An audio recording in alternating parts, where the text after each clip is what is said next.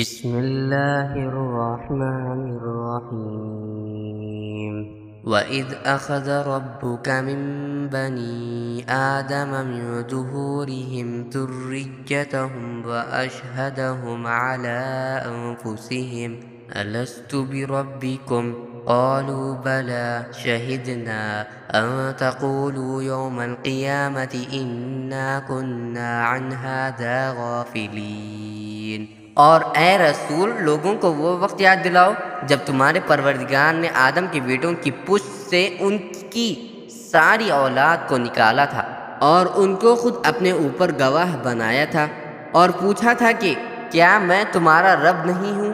سب نے جواب دیا تھا کہ کیوں نہیں، ہم سب اس بات کی گواہی دیتے ہیں اور یہ اقرار ہم نے اس لیے لیا تھا تاکہ تم قیامت کے دن یہ نہ کہہ سکو کہ ہم تو اس بات سے بے خبر تھے۔ او تقولوا انما اشرک آباؤنا من قبل وكنا ذرية من بعدهم افتهلكنا بما فعل المبطلون۔ یا یہ نہ کہہ دو کہ شرک کا آغاز تو بہت پہلے ہمارے باپ دادوں نے کیا تھا اور ہم ان کے بعد انہی کے اولاد بنے، تو کیا آپ ہمیں ان کاموں کی وجہ سے ہلاک کر دیں گے جو غلط کار لوگوں نے کیے تھے؟ وَكَذَلِكَ نُفَصِّلُ الْآيَاتِ وَلَعَلَّهُمْ يَرْجِعُونَ۔ اور اسی طرح ہم نشانیوں کو تفصیل سے بیان کرتے ہیں تاکہ لوگ حق کی طرف پلٹ آئیں۔ وَاتْلُ عَلَيْهِمْ نَبَأَ الَّذِي آتَيْنَاهُ آيَاتِنَا فَانسَلَخَ مِنْهَا فَأَتْبَعَهُ الشَّيْطَانُ فَكَانَ مِنَ الْغَاوِينَ۔ اور اے رسول ان کو اس شخص کا واقعہ پڑھ کر سناؤ جس کو ہم نے اپنی آیتیں عطا فرمائی مگر وہ ان کو بالکل چھوڑ نکلا، پھر شیطان اس کے پیچھے لگا جس کا نتیجہ یہ ہوا کہ وہ گمراہ لوگوں میں شامل ہو گیا۔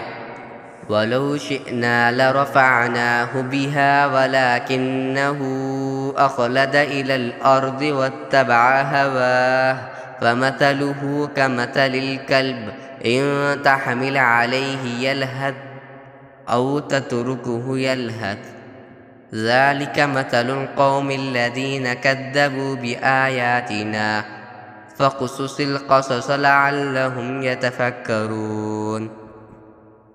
اور اگر ہم چاہتے تو ان کی آیتوں کی بدولت اسے سر بلند کرتے مگر وہ تو زمین ہی کی طرف جھک کر رہ گیا اور اپنی خواہشات کے پیچھے پڑا رہا، اس لیے اس کی مثال اس کتے کی سی ہو گئی کہ اگر تم اس پر حملہ کرو تب بھی وہ زبان لٹکا کر ہانپے گا اور اگر اسے اس کے حال پر چھوڑ دو تب بھی زبان لٹکا کر ہانپے گا۔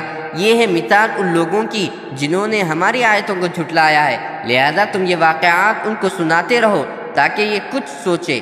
سَاءَ مَثَلًا الْقَوْمُ الَّذِينَ كَذَّبُوا بِآيَاتِنَا وَأَنفُسَهُمْ كَانُوا يَظْلِمُونَ۔ کتنی بری مثال ہے ان لوگوں کی جنہوں نے ہماری آیتوں کو جھٹلایا ہے اور جو اپنی جانوں پر ظلم کرتے رہے ہیں۔ مَن يَهْدِ اللَّهُ فَهُوَ الْمُهْتَدِي وَمَن يُضْلِلْ فَأُولَٰئِكَ هُمُ الْخَاسِرُونَ۔ جسے اللہ ہدایت دے بس وہی ہدایت یافتہ ہوتا ہے اور جسے وہ گمراہ کر دے تو ایسے ہی لوگ ہیں جو نقصان اٹھاتے ہیں۔